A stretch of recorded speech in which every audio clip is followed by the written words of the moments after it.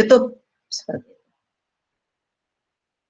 Oke, ini adalah materi yang seharusnya saya jelaskan minggu lalu ya, yang pada akhirnya kita gunakan sebagai evaluasi perkuliahan, karena bagi saya yang lebih penting itu adalah saya tahu bagaimana isi hati kalian gitu ya, sebelum saya memulai perkuliahan.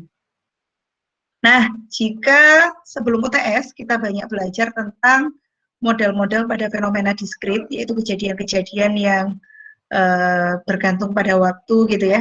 Diskrit seperti ada antrian, kemarin ada yang kita menghitung zakat, dan sudah kita tutup sampai pada UTS, yaitu kita mensimulasikan model yang sudah kalian buat sendiri, dan beberapa sudah cukup baik gitu ya. Nah, pada perkuliahan setelah UTS ini kita akan belajar tentang pemodelan pada sistem yang kontinu. Jadi kebalikan dari diskrit itu adalah kontinu. Ya, dan salah satu yang akan saya bahas pada minggu ini yaitu terkait pemodelan epidemiologi. Sudah tahu definisi epidemiologi, gitu ya? Mungkin ini cukup awam buat kalian ya. Ini kebetulan bidang kalian saya di sini ya. Nah, pertama mungkin saya akan memaparkan beberapa definisi tentang epidemiologi. Menurut Mahon dan Pak ini ya, epidemiologi itu adalah suatu studi tentang penyebaran dan penyebab frekuensi penyakit pada manusia dan mengapa terjadi distribusi semacam itu. Jadi bagaimana penyebarannya dan apa penyebab penyebarannya. Kira-kira seperti itulah definisinya. Menurut Abdelrahman, epidemiologi itu dikatakan ilmu tentang terjadinya dan distribusi kesehatan, penyakit, dan perubahan pada penduduk. Penduduk itu yang disebut sistemnya gitu ya. Begitu juga determinannya. Determinannya itu adalah kalau kita bicara turunan itu akan bicara tentang laju penyebarannya. Jadi seberapa besar laju penyebarannya. Serta akibat-akibat yang terjadi pada penduduk tersebut. Jadi apa yang terjadi karena penyebaran tersebut. Seperti yang saat ini sedang terjadi ya, terjadi pandemi atau epidemiologi, itu kalau menurut analisis model di epidemiologi, pandemi itu terjadi ketika penyebaran itu melebihi ambang batas. Ambang batas yang digunakan biasanya R0 atau angka reproduksi dasar. Angka itu yang akan menjadi pembatasnya, ambang batasnya. Jika penyebarannya sudah melebihi dari ambang batasnya, maka akan terjadi pandemi atau endemik. Jika penyebarannya kurang dari ambang batasnya, kurang dari 1 gitu ya, R0-nya kurang dari 1, maka yang terjadi adalah disease free, alias masyarakat itu sudah sembuh dari penyakit. Nah, ambang batas itu apa, Bu? Ambang batas itu adalah faktor-faktor yang menyebabkan penyebaran terjadi. Nanti akan dihitung dengan menggunakan matriks ya. Kalian sudah belajar aljabar linier, saya rasa tidak susah. Matriks Jacobi gitu ya. Kalian sudah belajar kalkulus, di mana cara mencari matriksnya adalah diturunkan, seperti itu, nanti dianalisis seperti apa. Nanti akan kita jelaskan lebih lanjut. Hari ini kita akan belajar tentang definisinya terlebih dahulu. Lalu kemudian definisi meningkat pada tahun 1988, Les gitu ya, menyatakan bahwa epidemiologi itu adalah ilmu tentang distribusi dan determinan-determinan dari keadaan atau kejadian yang berhubungan dengan kesehatan di dalam populasi tertentu, serta penerapan ilmu itu guna mengendalikan masalah kesehatan. Nah, Les ini sudah menyampaikan sampai mengendalikan masalah kesehatannya itu seperti apa. Jadi nanti setelah kita memodelkan, dalam analisis tersebut itu ada solusi gitu ya. Seharusnya bagaimana supaya misalkan pandemi ini cepat berakhir. Makanya pada tahun 2020 ini banyak sekali peneliti baik dari dalam maupun dari luar negeri yang membahas tentang pandemi ini. Nah, tapi lagi-lagi ini kan peramalan ya, karena peramalan ya pada akhirnya tidak bisa akurat 100%. Jadi ada error yang juga perlu dipertimbangkan. Seperti itu. Baik, nah peran epidemiologi itu untuk apa? Epidemiologi diharapkan mempunyai peranan dalam bidang kesehatan masyarakat berupa bisa mengidentifikasi faktor-faktor. Nah, ini faktor-faktor yang berperan dalam terjadinya penyebaran penyakit ini harusnya ya, atau masalah dalam masyarakat. Kemudian menyediakan data yang diperlukan untuk perencanaan kesehatan dan pengambilan keputusan, ya, lagi-lagi pengambilan keputusan. Membantu melakukan evaluasi terhadap program kesehatan yang sedang dilakukan, mengembangkan metodologi untuk menganalisis keadaan suatu penyakit dalam upaya mengatasi atau menanggulanginya. Kemudian mengarahkan intervensi yang diperlukan untuk menanggulangi masalah yang perlu dipecahkan. Artinya kita akan memberikan solusi pada permasalahan penyebaran penyakit dan kesehatan. Seperti itu. Ya, nah untuk mengawali model epidemiologi, saya akan mengawali terlebih dahulu dengan model pertumbuhan. Jadi model pertumbuhan ini adalah model dasar dalam masalah epidemiologi yang akan digunakan dalam penyusunan model-model yang lebih kompleks lagi. Seperti apa? Saya akan memulai dengan sistem satu variabel. Materi ini bisa ditemukan di buku yang pernah saya share sebelumnya ya. Sistem satu variabel, yaitu adalah model populasi yang paling sederhana. Jadi variabelnya hanya satu individu, satu manusia. Seperti yang minggu lalu kayaknya disampaikan Mbak Firda ya, yang saya sampaikan. Bu, bagaimana kalau model pertumbuhan penduduk atau manusia? Nah, jika kita hanya membicarakan tentang satu variabel, yaitu misalkan manusia saja, maka model paling sederhana ya seperti ini. Laju kelahiran dikurangi laju kematian. Jadi manusia yang lahir, hidup nggak ada kendala, asumsinya sumber itu tidak terbatas, hidup di Korea Utara gitu ya. Jadi nggak butuh bingung, pokok dapat makan selalu, nggak usah bingung, nggak ada kendala macam-macam, nggak ada penyakit dan lain-lain. Dan pada akhirnya dia akan mati secara alami. Seperti ini. Ini adalah modal yang sederhana. Nah, untuk melihat kondisi yang lebih kompleks, maka di antara birth rate dan death rate ini kan pastinya ada kejadian ya. Ada patah hati, ada bunuh diri, ada penyakit, ada macam-macam. Nah, itulah yang akan kita pelajari lebih kompleks. Seperti itu. Ya, oke. Nah, setiap model memiliki asumsi yang berbeda. Misalkan kita mau bicara untuk jenis binatang tertentu nih, yang nggak akan mati atau matinya dalam jangka waktu yang lama sekali. Apa ya? Binatang yang matinya dalam jangka waktu yang lama. Silakan nanti dicari. Nah, jika kita bicara seperti itu, maka modelnya hanya akan terjadi seperti ini. Karena waktu yang sangat lama tadi kita asumsikan waktu tak hingga. Sehingga kita tidak membentukkan death rate. Dia hewan yang hidup sepanjang masa gitu ya. Hanya ada birth rate saja. Nah, lalu untuk model populasi yang sederhana tadi, bagaimana kita merepresentasikan laju kelahirannya? Nilainya itu berapa laju kelahirannya? Nah, untuk mendapatkan nilainya, kita akan memberikan beberapa asumsi. Misalkan, kalau kita, jadi nanti modelnya bergantung dengan asumsi kita, sama halnya dengan model diskrit.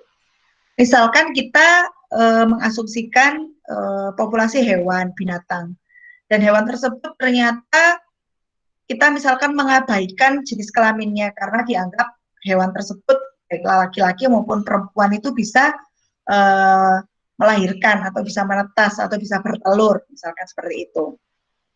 Atau bisa juga kita asumsikan kemampuan binatang untuk melahirkan itu konstan sepanjang kelahiran hingga kematian. Jadi misalkan ayam atau gajah gitu ya, itu tergantung asumsi kita. Kita asumsikan gajah setiap tahun itu melahirkan 5, tahun depan pasti 5, tahun depan pasti 5. Jadi nggak ada KB, nggak mempedulikan masa tua, nggak mempedulikan macam-macam. Pokoknya dia itu selama dari lahir sampai mati itu kerjanya melahirkan aja. Itu misalkan seperti itu bisa. Terus kemudian bisa juga kondisi yang mungkin di sekitar kita yang kita tahu, yaitu memiliki peluang yang sama untuk melahirkan. Jadi misalkan kayak yang bisa melahirkan itu cuma perempuan, yang laki-lakinya nggak bisa. Dan misalkan yang kelihatan satu bayi per 2 tahun, ini misalkan kayak manusia gitu ya, misalkan satu bayi per 2 tahun. Maka kita tuliskan angka parameternya 1 dibagi 2, satu bayi per 2 tahun, berarti 1 dibagi 2, berarti 0,5. Sehingga laju kelahiran per kapita dapat dituliskan sama dengan 0,5. Oke, sampai sini ada yang ditanyakan nggak?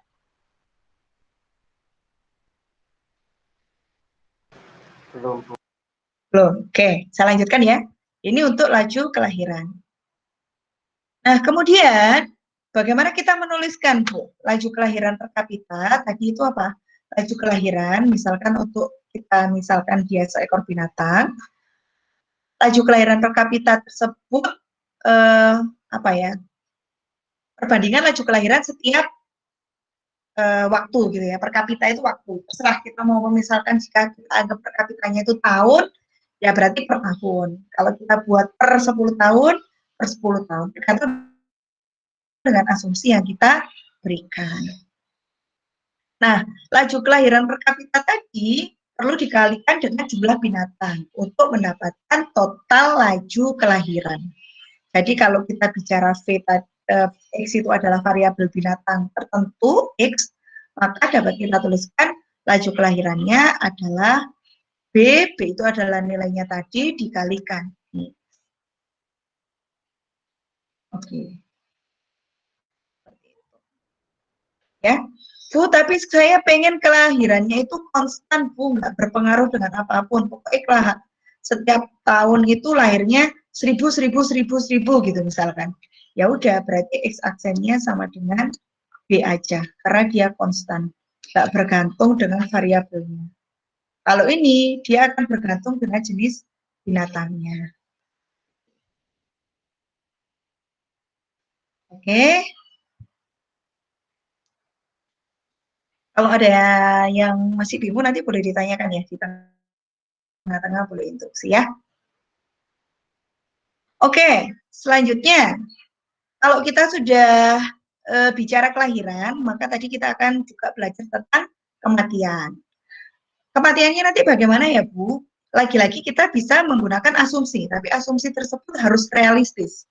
Misalkan kita akan membicarakan hewan apa atau binatang apa, harus disesuaikan dengan kondisi nyata.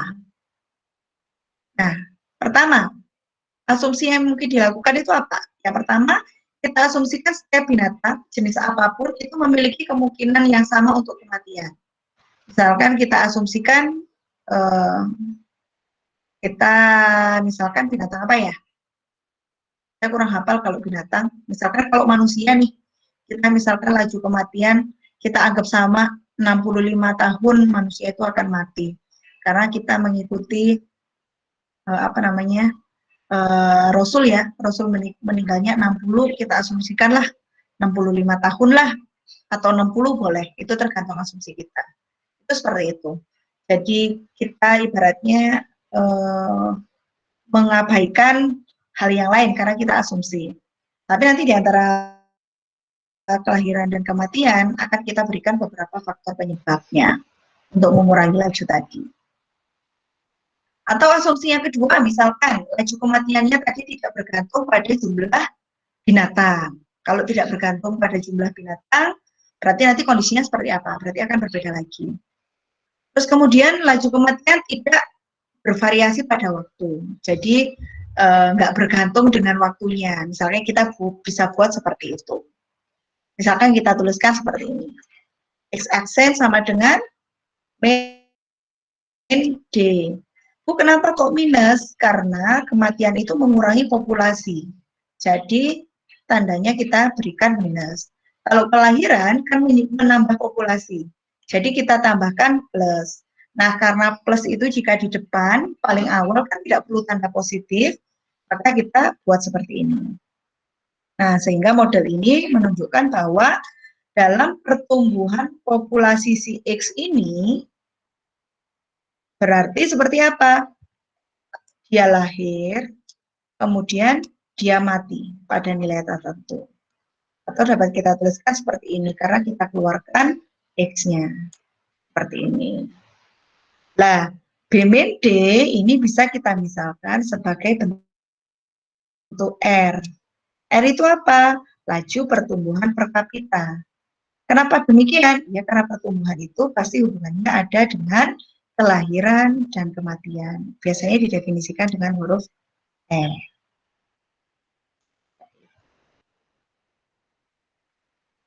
Oke, kira-kira sudah bisa apa belum membuat model kontinu dengan satu variabel. Ini masih satu variabel ya, paling sederhana. Variabel itu apa sih Bu? Ini loh, X, nanti ada Y, nanti misalkan ada Z, itu adalah variabel. Kalau yang kayak D, ini apa Bu namanya? Parameter. Ya, ini namanya parameter. Parameter yang mempengaruhi. Kalau sini ada yang ingin ditanyakan? Silakan, Farhan. Sudah paham, Han? Halo? Halo? Aat? Ya, Bu. Ada yang ditanyakan? Belum, Bu. Oke, kita lanjutkan. Nah, sekarang saya akan melanjutkan dengan model yang ada penghambat. Jadi bukan hanya dia lahir aja, yaitu tentang peranan crowding factor. Ya, model pertumbuhan dengan kesesakan, ya, crowding factor, atau adanya populasi lain yang bersinggungan dapat digambarkan dalam model berikut. Model kelahirannya dikalikan crowding factor. Crowding factor ini macam-macam ya, nanti tergantung asumsi kita. Misalkan nih, kita bicara populasi tersebut berada dalam suatu lingkup lingkungan yang memiliki carrying capacity. Carrying capacity itu kayak penghambatnya gitu ya. Dari sejumlah K binatang. K itu jumlah binatangnya. Maka X per K itu menyatakan pecahan carrying capacity pada populasi X. Jadi ini adalah carrying capacity. Ya, carrying capacity. Sehingga model yang ada di atas, dia akan berubah menjadi seperti ini. Apa sih Bu ini pengaruhnya? Ya, di awal dulu saya pernah menggambarkan. Kalau misalkan kita bicara fungsi yang bentuknya seperti ini aja, maka fungsinya bentuknya akan seperti ini. Naik, terus tidak ada penghambatnya. Jadi dia akan naik, karena ada kelahiran terus, belum ada kematian. Lahir terus. Tentu saja setiap tahun, setiap bertambahnya waktu, maka jumlah akan semakin bertambah. Peran carrying capacity, dia itu sebagai penghambat. Jadi ketika model ada carrying capacity, maka dia akan naik, kemudian dia akan stabil pada nilai tertentu. Jadi dia nggak akan yang overlap gitu ya. Dia akan stabil pada nilai tertentu. Model akan berpengaruh pada ini. Carrying capacity-nya mempengaruhi jumlah dari populasi tadi. Nah, yang perlu kita pertimbangkan, apa yang terjadi nih jika K-nya lebih besar dari X atau lebih kecil dari X? Kalau K-nya lebih kecil dari X, maka yang terjadi carrying capacity-nya akan lebih besar dari 1, gitu kan? Lebih besar dari 1X. Kalau K-nya lebih kecil, lebih besar dari X, maka ingat ya, kalau kita pecahan, kalau pembilang lebih besar daripada penyebut, berarti kan nanti akan jadi pecahan campuran yang dimana lebih dari 1 gitu ya, atau lebih besar lagi dari 1. Tapi kalau yang penyebutnya itu lebih besar daripada pembilang, maka yang terjadi nanti ya pecahan biasa, kayak gitu ya. Nah, ini pun kita akan mempelajari bagaimana jika suatu model itu carrying capacity-nya itu lebih besar dari X atau lebih kecil dari X. Ya. Nah, di sini sudah kayaknya sekilas saya sebarkan. Nanti perlu kita pelajari lagi. Ya. Coba, kita sekarang kalau kita coba di sini. Kalau misalkan nih, misalkan B, X gitu ya, dikalikan 1 min, nah ini kan kita kelihatan sekilas. Kalau misalkan X ini lebih besar daripada K, ya, kita coba asumsi pecahan, maka nilainya akan lebih besar dari 1. Kalau 1 dikurangi lebih besar dari 1, maka pertumbuhan akan minus. Ya nggak? Ya nggak, Mbak Firda? Iya, Bu. Jika X lebih kecil daripada K, berarti kan dia bentuknya pecahan, kurang dari 1. Sehingga dia tetap positif. Apa bedanya positif dan negatif tadi? Kalau positif berarti pertumbuhannya itu dia bertambah. Kalau negatif berarti dia berkurang. Lama-lama mati semua populasinya. Seperti itu. Ya. Oke, selanjutnya pada kasus epidemiologi yang lain. Nah, kasus epidemiologi itu saya akan cerita dulu. Biasanya sering bercerita tentang penyebaran penyakit. Nah, pertama kali itu ada itu pada tahun berapa ya? Tahun lama banget ya. Pokoknya kita sebelum merdeka tentu saja. Jadi awalnya itu model epidemiologi ini dimulai ketika adanya pandemik ya, atau pandemik virus Ebola. Pemodelan ini dilakukan. Jadi dulu pernah ada di Amerika ada penyebaran virus Ebola. Kalian bisa cari itu di YouTube ya. Penyebaran virus Ebola ini kurang lebih mirip dengan COVID yang Wuhan itu ya. Jadi dia akan menempel ke binatang, penyebarannya lewat darah, dan itu virusnya bisa nempel di mana-mana, cukup mengerikan ya. Sehingga banyak masyarakat yang meninggal waktu itu karena virus Ebola.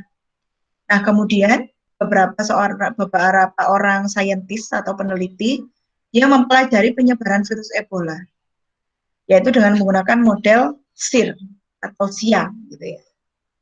SIR itu apa? Kita melihat penyebaran susceptible individual, yaitu individu yang rentan. Jadi kita ini bisa diasumsikan rentan ya, tanpa mengabaikan usia, misalkan tanpa mempertimbangkan usia, kita ini diasumsikan populasi rentan. Misalkan kita bicara COVID. Terus kemudian ada yang populasi, ini pada model HIV dulu ya. Model I itu adalah infected, yaitu manusia yang sudah dipastikan positif HIV. Ya. Terus kemudian A itu manusia yang sudah dinyatakan positif AIDS, HIV AIDS. Kita di sini pada model ini tidak menunjukkan, biasanya itu ada tambahan kayak R itu recovery, jadi manusia yang sudah sembuh.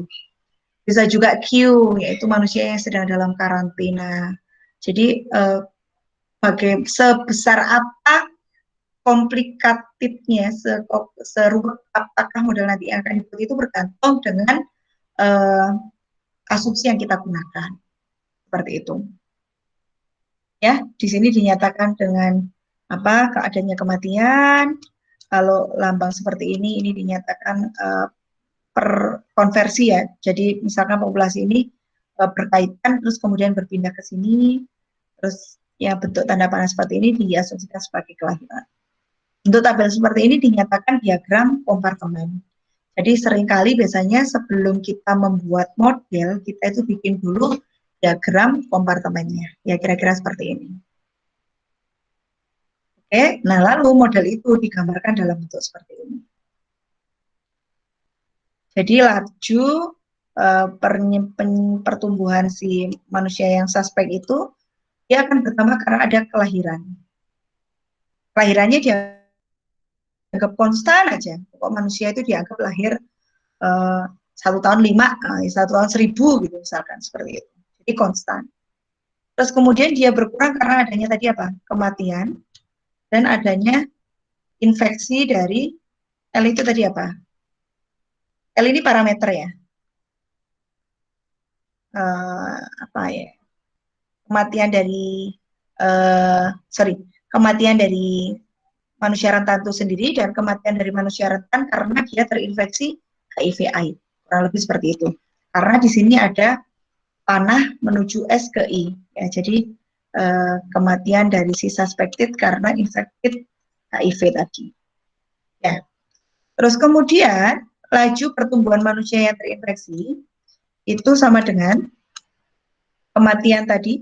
Jadi infeksinya manusia suspek, dia terinfeksi yang HIV tadi, HIV tadi, terus dia berkurang karena kematian alami, M itu kematian alami, dan V itu dia berkurang karena ada infeksi AIDS. Jadi kita perlu banget mempelajari kondisi realnya sebelum kita membuat modelnya. Jadi kalau kita bicara penyakit, berarti kita perlu belajar tentang medical study ya. Jadi ilmu tentang beberapa medis. Kalau kita bicara tentang hewan, berarti kita perlu belajar biologi, seperti itu. Nah, kemudian yang laju pertumbuhan AIDS-nya tadi, dia bertambah karena kayaknya HIV sama AIDS ini yang bersinambungan ya. Setelah HIV baru AIDS gitu, saya rasa. Jadi pertumbuhan si HIV tadi, si AIDS tadi, dia bertambah karena manusia yang sudah terinfeksi HIV tadi. Kemudian dia berkurang karena kematian alami dan kematian karena AIDS itu sendiri. Kira-kira bicaranya seperti itu. Nah, kemudian model ini akan kita apakan, Bu? Akan kita analisis. Kita analisis perilakunya. Bagaimana, apa yang terjadi jika misalkan kematiannya lebih kecil daripada ini, penyebarannya ini lebih kecil dari ini, dan seterusnya. Pun dari sini kita juga bisa tahu akhirnya supaya kondisinya itu disease free atau bebas penyakit, apa yang harus kita lakukan? Di sini kita bisa mempelajarinya. Sampai sini ada yang ditanyakan? Cukup? Saya lanjutkan. Nah, seperti ini ya. Ini tadi modelnya. Nah, misalkan nih, dari model yang sudah kita peroleh, ini hanya penyederhanaan aja ya. Jadi ini dan ini itu sama. Oke, nah misalkan dari model yang peroleh, kita bisa mengambil angka-angka parameternya. Tujuannya untuk apa? Untuk disimulasikan. Ya, misalkan asumsi yang pertama, populasi manusia tetap dengan jumlah 10.000 orang. Misalkan berarti yang rentan itu 10.000. Berarti B-nya kita masukkan misalkan 10.000. Per apa ya nanti? Kita akan per apa. Terus kemudian rata-rata kehidupan manusia sampai berusia 75 tahun. Jadi tadi nggak diasumsikan 65 ya. Di sini diasumsikan 75. Sehingga kematian alami dibuatnya 1/75. Terus kemudian tadi kita asumsi dari 1000 orang, 10.000 orang tadi, ternyata hanya sekian persen saja yang diinjeksi. Sehingga sisanya apa? Kita anggap rentan gitu ya. Maka kita tuliskan B-nya adalah 133,3. Terus kemudian rata-rata kematian yang karena AIDS. Tadi lambangnya apa? Misalkan alfa. Ya, rata-rata kematian karena AIDS. Rata-rata 1 orang 1 tahun. Berarti alfanya adalah 1. Laju konversi dari I ke A. Jadi misalkan dari HIV ke AIDS. Misalkan dalam 8 tahun kita ada 1 dalam 8 tahun. Berarti kita asumsikan laju konversinya V itu adalah 0,125 per tahun. Jadi angka-angka ini selanjutnya kita masukkan, terus kita simulasikan apa yang terjadi jika beberapa kondisi terjadi. Ya, oke. Misalkan seperti ini, kita tuliskan M-nya sekian ini. Terus kita pilih nilai awalnya, sekian, sekian. Kenapa Bu dari inilah? Katanya tadi populasinya di suatu sistem diasumsikan selalu 10.000. Kalau misalkan yang terinfeksi awalnya adalah 5, berarti yang tidak terinfeksi kan 9.995. Awalnya yang AIDS belum ada ya, karena AIDS katanya dari HIV. Nah, lalu kita gambarkan, awalnya dia populasinya 10.000 nih. Oh, ternyata kemudian dia menurun. Suatu saat dia menurun, jumlah populasi manusia itu menjadi suatu nilai tertentu. Bisa jadi itu manusia itu yang rentan itu habis. Kenapa? Karena beberapa meninggal, beberapa mati, beberapa terinfeksi HIV, beberapa terinfeksi AIDS. Misalkan seperti itu. pada waktu berapa, misalkan 20 tahun, ketika tidak ada eksekusi dari pihak kesehatan. Jadi ini itu kita sampaikan, misalkan ke Kementerian Kesehatan. Bapak, jika awalnya populasi manusia itu sejumlah 10.000, terus terinfeksi HIV, HIV menjadi AIDS. Kalau selama 20 tahun negara ini tidak melakukan apapun, tidak ada rehabilitasi, misalkan tidak ada edukasi, artinya manusia itu tidak dikasih tahu kalau HIV itu bisa menyebar melalui ABCD. Maka yang terjadi pada 15 tahun kemudian, dari mulai 15 tahun atau 20 tahun kemudian, populasi manusia yang 10.000 itu habis. Kenapa? Karena terinfeksi AIDS, manusia yang rentan. Yang tersisa hanya manusia yang terinfeksi HIV dan manusia yang terinfeksi AIDS. Makanya dengan edukasi, dengan informasi seperti ini, akhirnya kita menyampaikan ke kementerian, misalkan, oh berarti supaya manusia di populasi tersebut itu tidak habis, berarti kita perlu melakukan edukasi, melakukan rehabilitasi, melakukan karantina, melakukan pengobatan, dan seterusnya. Jadi seperti itu. Ini salah satu kondisi saja. Kita akan bisa menampilkan beberapa kondisi yang mungkin terjadi dengan beberapa asumsi yang berbeda. Kira-kira seperti itu. Ya. Dan ini misalkan kondisi lagi yang terjadi dengan merubah populasi yang lain, misalkan. Bentuk ini apa, ini bukan logo listrik ya. Ini cuma melihat karena dari 5 ke 9.000, jadi kita asumsikan seperti ini karena panjang banget. Ya.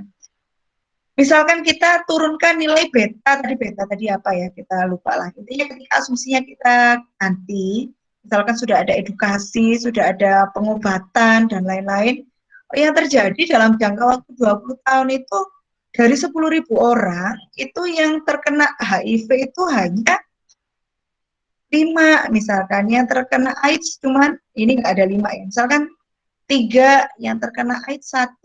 Sisanya adalah manusia yang rentan. Rentan itu kan artinya dia sehat, tapi kita asumsikan dia mungkin saja bisa terkena HIV/AIDS.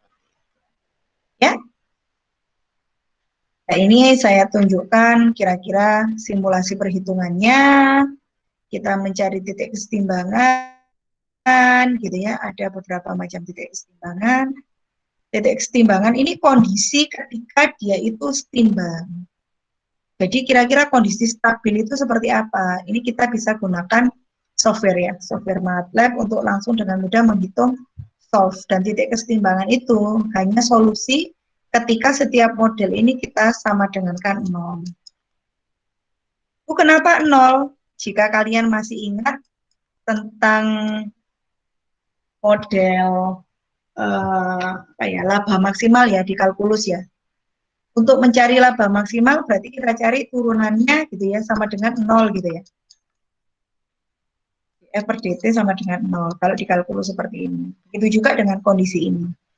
Jadi untuk mengetahui kondisi yang setimbang, maka kita sama dengankan semuanya dengan 0. Sebenarnya tidak perlu software pun juga bisa, asal kalian mau hitung. Ya.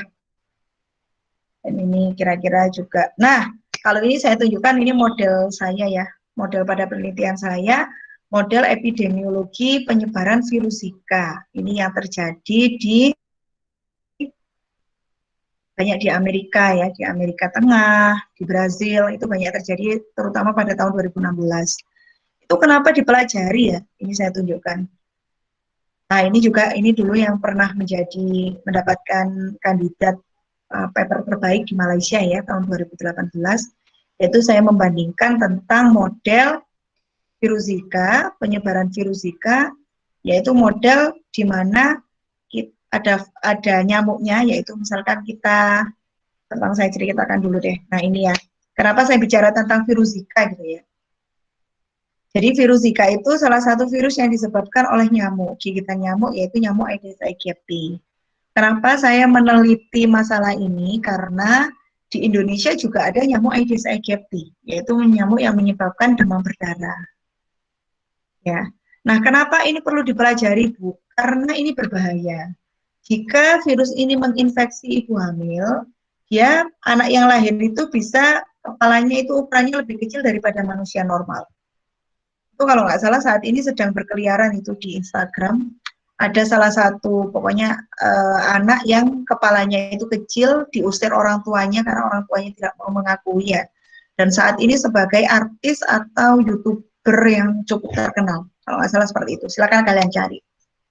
Dan ternyata dipelajari oleh CDC ya, salah satu lembaga tentang Center of Disease di Amerika, itu salah satu penyebab virus Zika itu yaitu jadi ukuran bayi yang lahir itu kecil dan sampai besar itu dia tidak akan normal. Jadi seterusnya seperti itu. Kan tentu saja itu bisa mempengaruhi apa namanya psikologi orang tua gitu. Juga mungkin bisa mempengaruhi psikologi anak tersebut karena terasa berbeda gitu.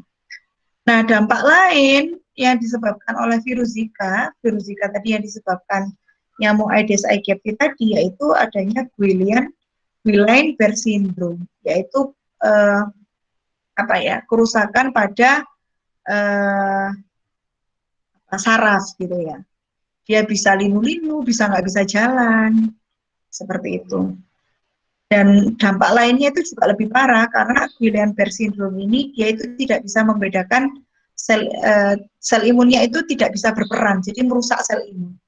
Kalau misalkan kita tahu ya sosialisasi di luar supaya kita kebal dari COVID, kita terhindar dari COVID itu kita perkuat sel imun.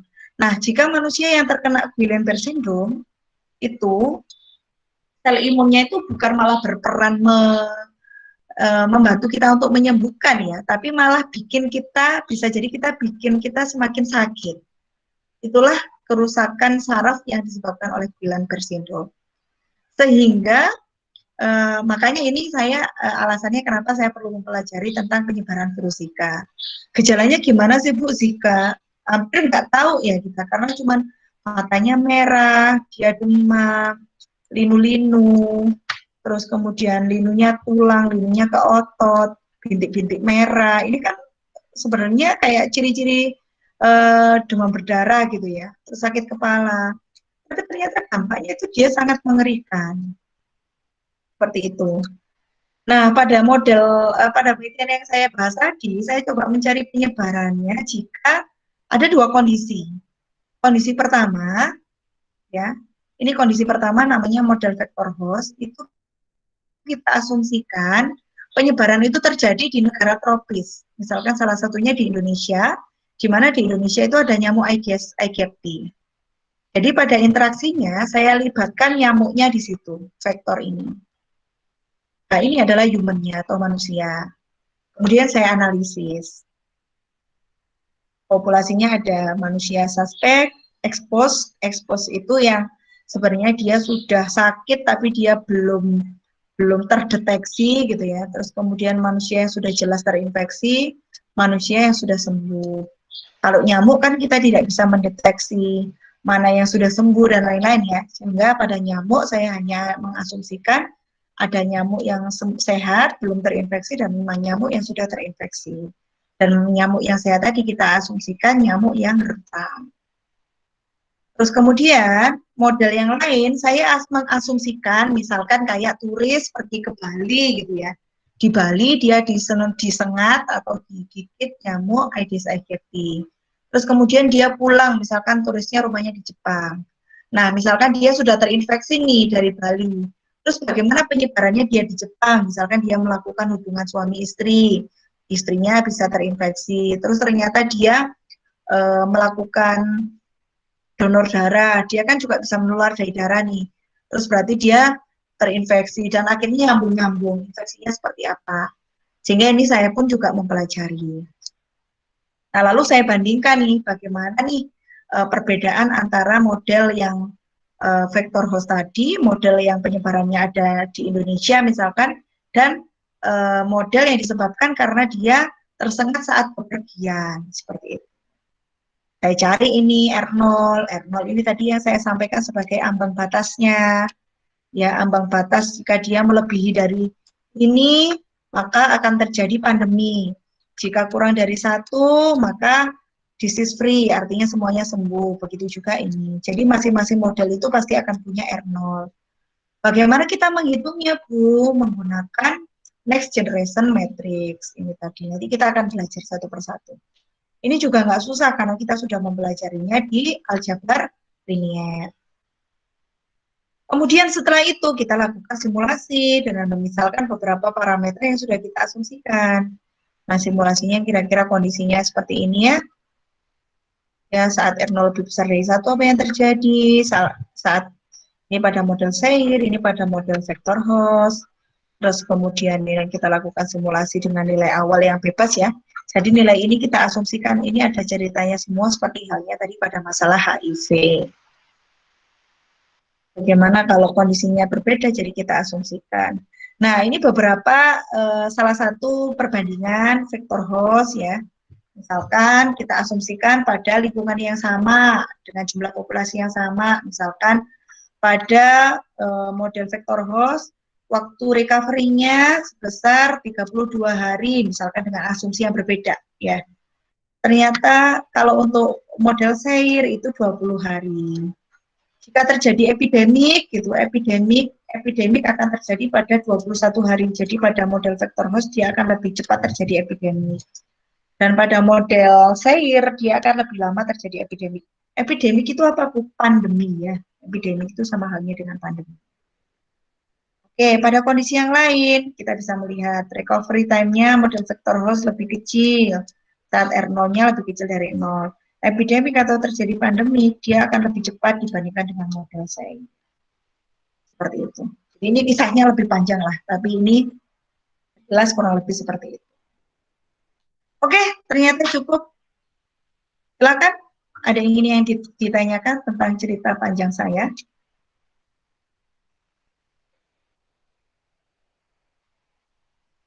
Atau malah bingung?